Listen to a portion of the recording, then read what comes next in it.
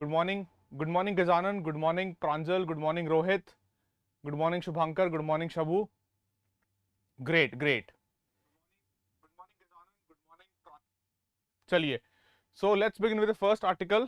हाँ जी, so INSACOG has said that the MU or the mu and the C.12 variants, they are not detected in India. Latest development on the COVID front and the situation कि अभी तक जो है India में दे रहा the two recent coronavirus variants which have been identified by the World Health Organization which may pose an international threat, they have been found in India. The India SARS-CoV-2 Genome Consortium, that is the INSACOG, that has said in its latest weekly update. It's a consortium of labs across India that is tasked with the analysis of emerging coronavirus variants. ठीक है कि जो भी नए variants आ रहे हैं world wide उनको monitor करना, एनालाइज करना और क्या इंडिया में वो प्रेजेंट हैं, उस चीज की जिम्मेदारी जो है that responsibility is on the INSACOG. Then World Health Organization ने recently it has added the B.1.621 and the B.1.6 to 1.1 variants to the list of its variants of interest. ठीक है, लेकिन वेरिएंट ऑफ कंसर्न जो है वो नहीं declare किया, which means that these variants of the coronavirus, they are less likely to be harmful than the prevalent ones, right? And these are the ones which have, so neither the mu nor the C.1.2 are seen in India so far. And on the existing recommendations on sequencing of positive samples from international travelers, they may become more strongly implemented. क्योंकि अगर देखो simple सी बात है, if you want to avoid any sort of import of variants, तो किसी भी तरीके का इंपोर्ट वेरिएंट्स का रोकने के लिए स्ट्रिक्टली मॉनिटर करना जो है वो जरूरी है. हमें ये सुनिश्चित लोग बाहर से आ रहे हैं कुछ स्पेशली इक्वाडोर, निकारागुआ, जहां पे ये वायरस, ये जो वेरिएंट्स हैं वायरस के, ये वहां से स्क्रीनिंग जो है ट्रैवलर्स की, that should be done rigorously so as to ensure कि हमारे कंट्री में ये स्प्रेड, वाइड स्प्रेड जो है ना कर जाएं ये नए variant which are believed or you know which might. Let's take the question now. हाँ जी, which of the following statements is or are not correct with respect to the different variants of the novel corona virus. हाँ जी, क्या कह रही है statements यहां पे. पहली स्टेटमेंट है the B.1.621 as well as the B.1.621.1 variants are in the WHO list of variants of interest. Second, the mu has mutations that potentially allow it to evade the immunization conferred by vaccines. And third, the WHO has also added C.1.2 as a new variant of concern. हाँ जी,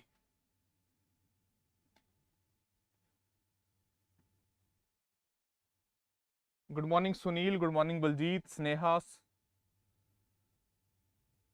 चलिए great, good to see you all.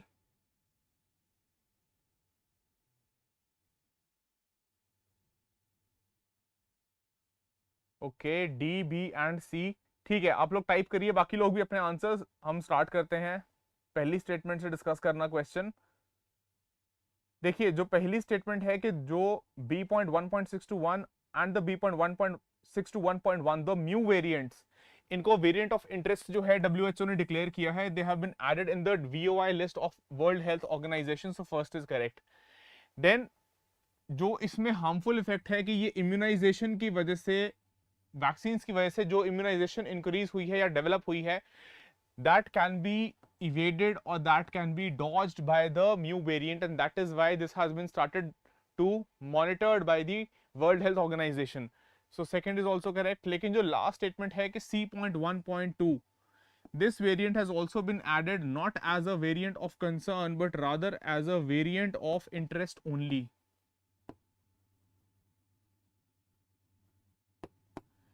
Variant of concern जो है status नहीं दिया है इसको WHO ने, सिर्फ VOI that is variant of interest का स्टेटस दिया है. तो आपका आंसर यहां पे हो जाएगा ए. ठीक है, इनकरेक्ट स्टेटमेंट मार्क करनी थी.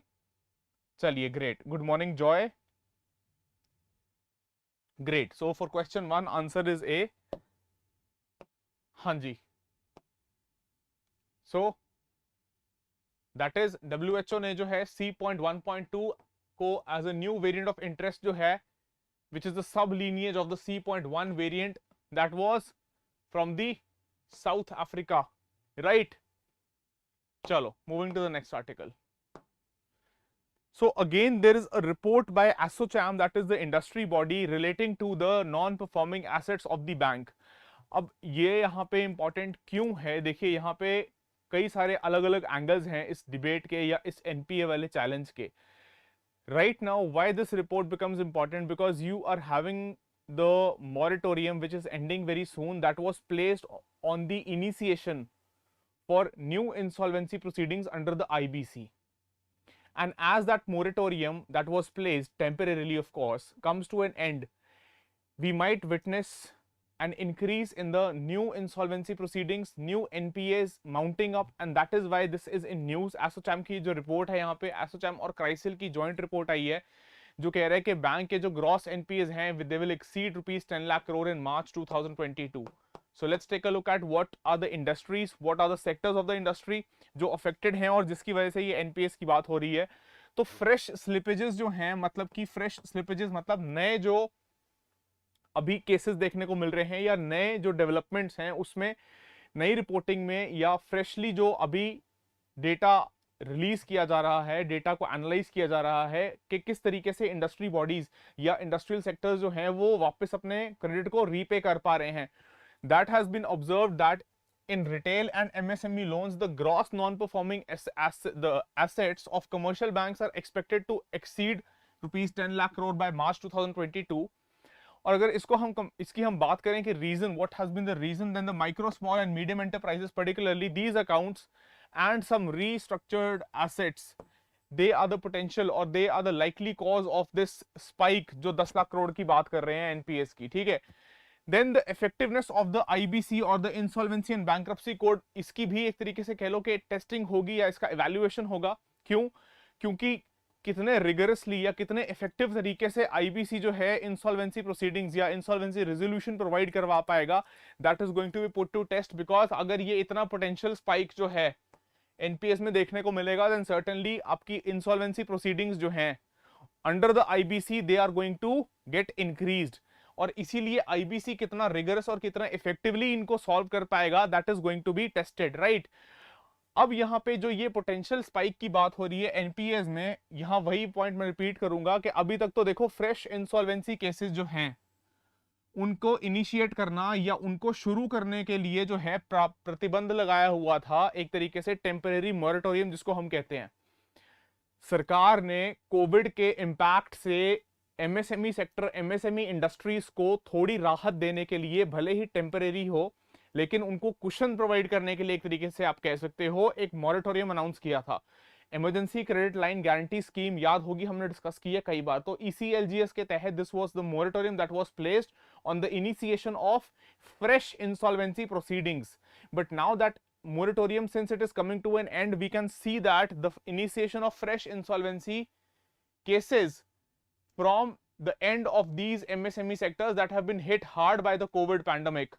और इनके इकोनॉमिक जो है सिचुएशन या फाइनेंशियल सिचुएशन जो है वो उतनी अच्छी नहीं है that they will be able to remain afloat and pay back their credit.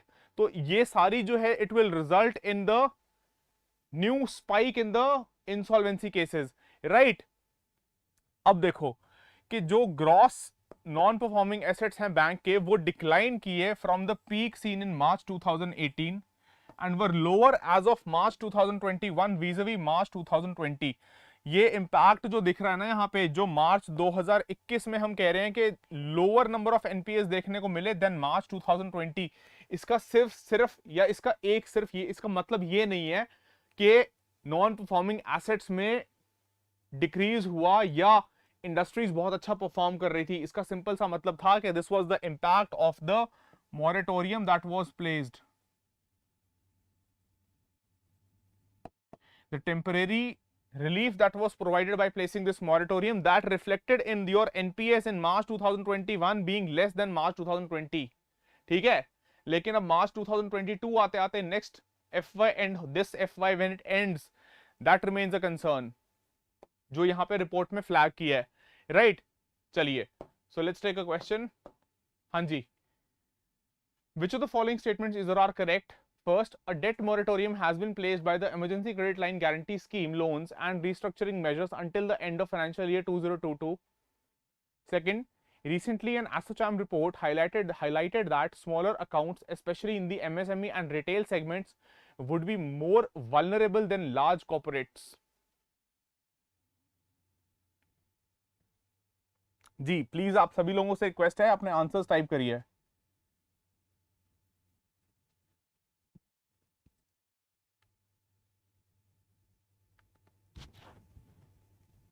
चलिए, Rohit Bhardwaj is saying C. हाँ जी, बाकी लोग. Shubhankar says B.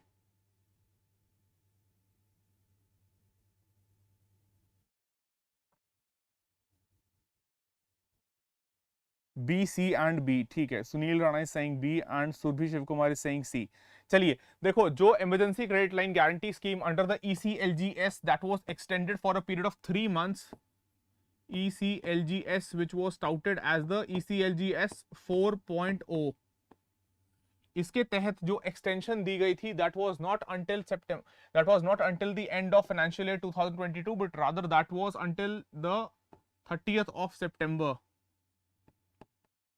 ठीक है, तो इसलिए फर्स्ट जो है वो गलत है. सेकंड जो है दैट इज राइट कि अभी जो एसोचैम और क्राइसिल रिपोर्ट की हम बात कर रहे थे, it has highlighted or it has pointed out that when we compare these two sectors of industries, that is the MSME sector on the one hand and the large corporates on the other hand, then more or less the large corporates they have been able to provide for themselves for their financial stability, and therefore they will not be able to, or they'll not be reporting as much a spike in their NPAs as the MSME sector is expected to. And that is why your ASSOCHAM and CRISIL report observes this second statement as a matter of fact, right? So the second statement happens to be correct. आपका answer यहाँ पे हो जाएगा only 2. ठीक है, third का B, second का B, sorry. yes, exactly that is right. चलिए, great. yes, moving forward to the next article. हाँ जी, this concerns the visit of the special presidential envoy for climate change from US, that is John Kerry, who was in India.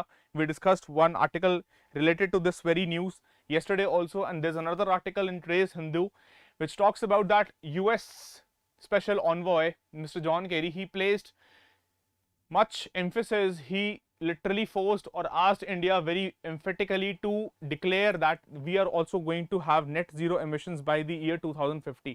But the point is, who are the Americans to tell us what are we going to do and what are we not going to do?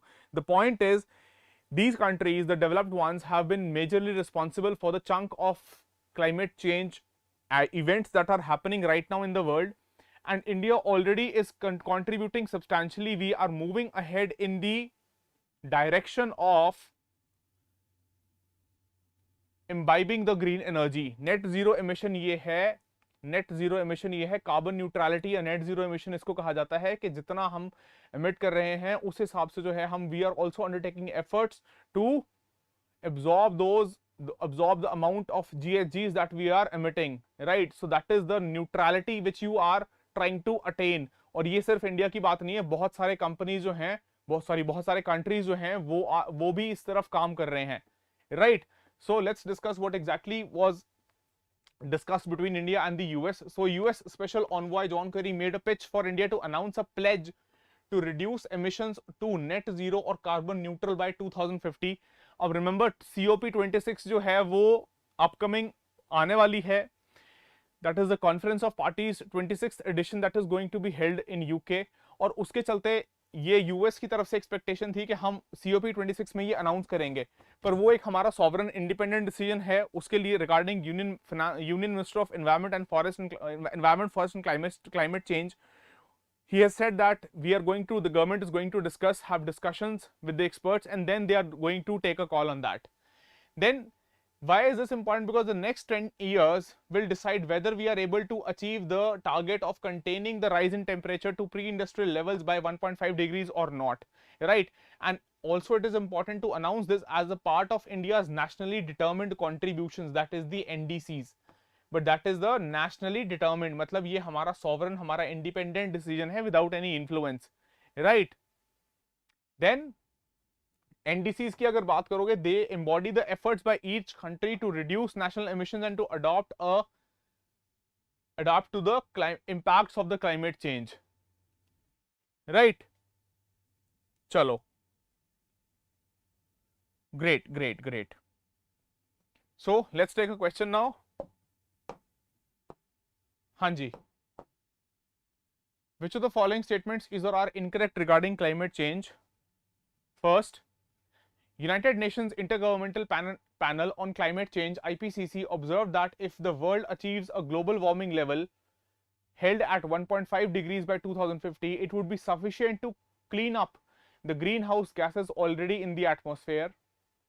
Second, as a stated goal of COP26, countries are being asked to come forward with ambitious 2030 emissions reductions target that align with reaching net zero by the middle of the century. हाँ जी, please type your answers. I'll just take a halt here.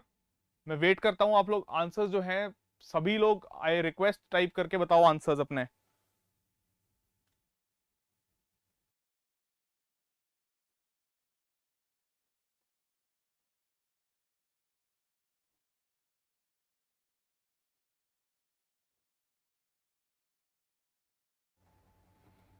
चलिए, C and B.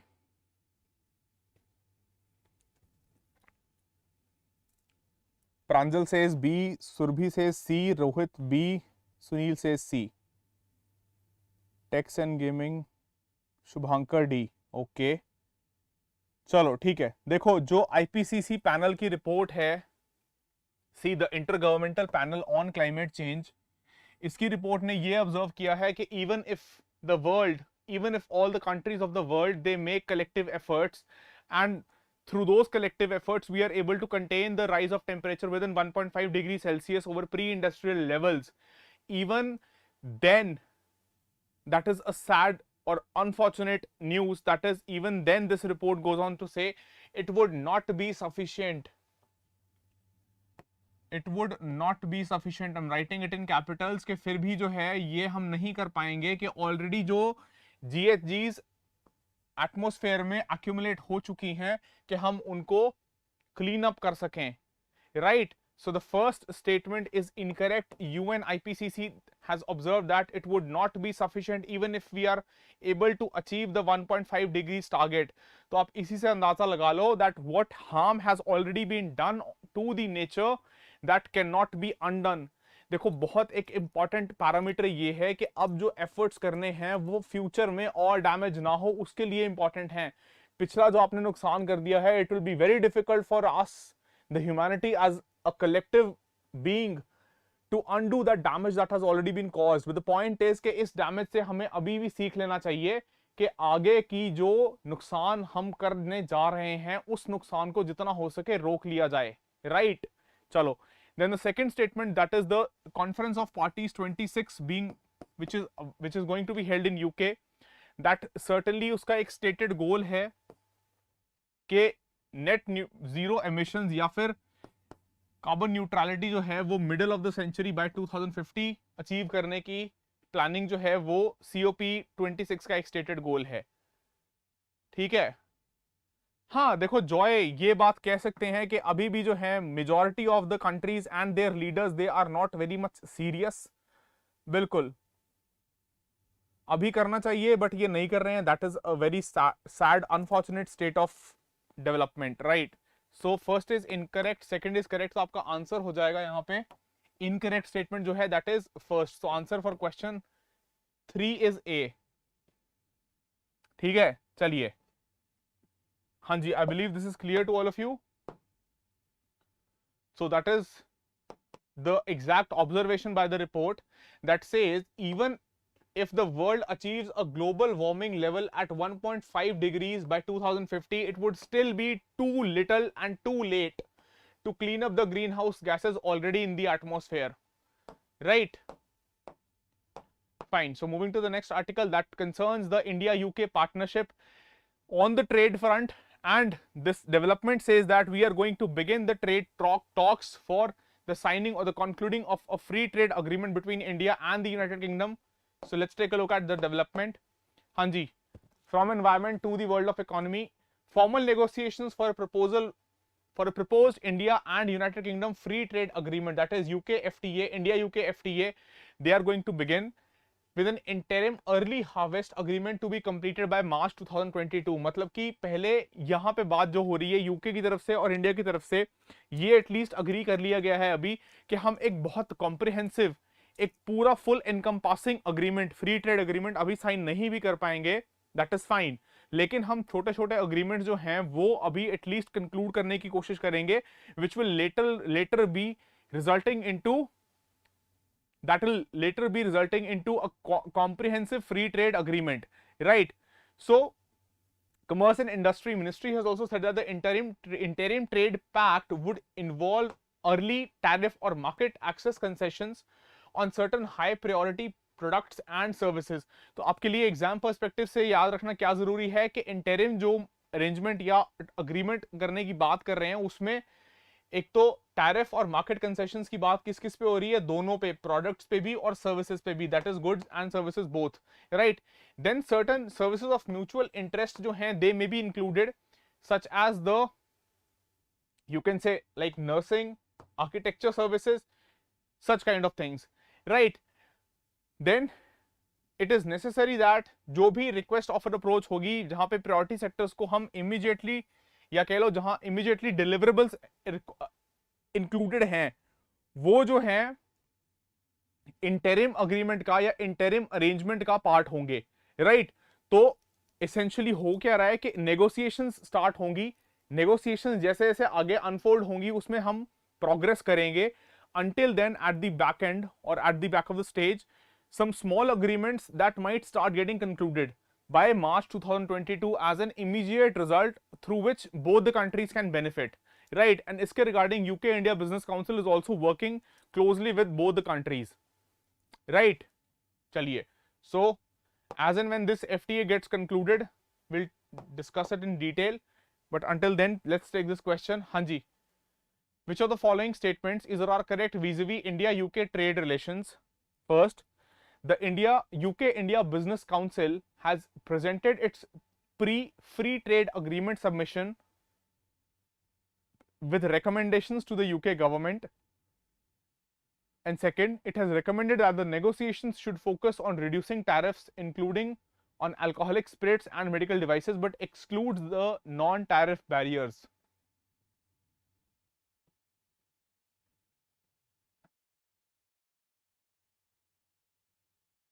Yes, Pranjal, that certainly is correct. कि देखो ये सारा जो हम CBDR की भी बात करते हैं, common but differentiated responsibility, that is the very same principle which says that you cannot place similar burden on all the countries, right? Developing countries की, लीस्ट डेवलप कंट्रीज की अलग चैलेंजेस हैं, उनकी अलग कैपेसिटी है, डेवलप कंट्रीज की अलग उनकी कैपेसिटी है, they have the financial resources, they have the technological know how. Yes, I agree with that when you say different targets should be set. जो है smog tar जो है, that is a very very small part of the solution. Yes, it is a part of the solution, but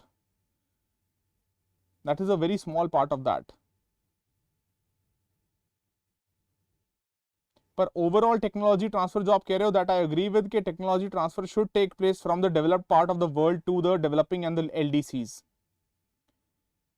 चलिए, so let's keep that debate for some other day. हाँ जी, answers mostly सी आए हैं जो कि गलत है. Joy, Sunil, Shubhankar, Rohit and Surabhi.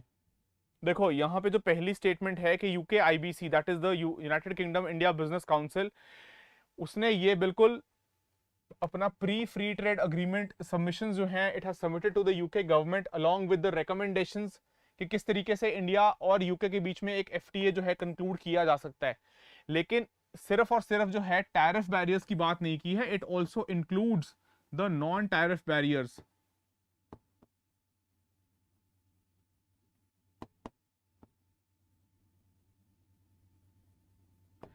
These are also included in it. ठीक है, तो सेकंड जो है वो गलत हो जाएगी. आपका answer for question 4 will be A, that is only first is correct. हाँ चलिए, ग्रेट ग्रेट. ठीक है, I believe that is clear to all of you. That is, it is for both tariff and non-tariff barriers that we are going to, or we are trying to conclude the FTA with UK. हाँ जी. So moving to the last question for the day. Yes.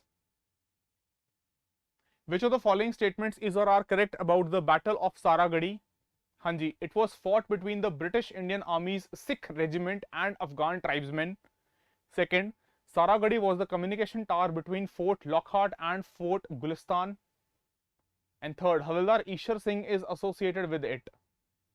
Yes, please type your answers.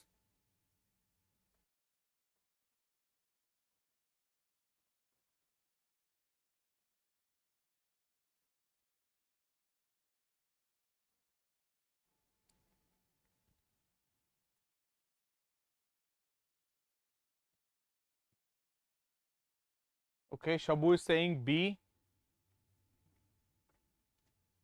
B, D, A and C. Great. Text and Gaming is saying C. Fine. So we don't know the name of Text and Gaming, but yeah, his answer seems to be correct.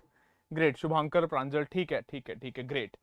Yes. देखो अभी Battle of Saragarhi इसकी 124th anniversary जो है recently it was there, and because of that it was in news, that is the Battle of Saragarhi.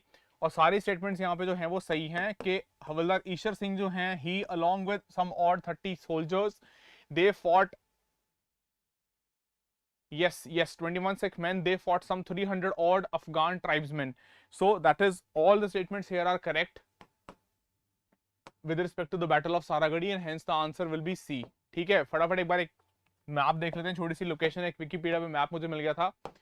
Yes, so here you have, this is Peshawar, and further down you have this place Saragarhi, Fort Lockhart and Fort Gulistan on its eastern and western side respectively, right? So the Battle of Saragarhi, that was the last stand battle that was fought before the Tira campaign between British Raj and the Afghan tribesmen, and that is the date 12 September 1897, right? Yes, exactly. Chalo, great. So with that we conclude today's session. Thank you so much for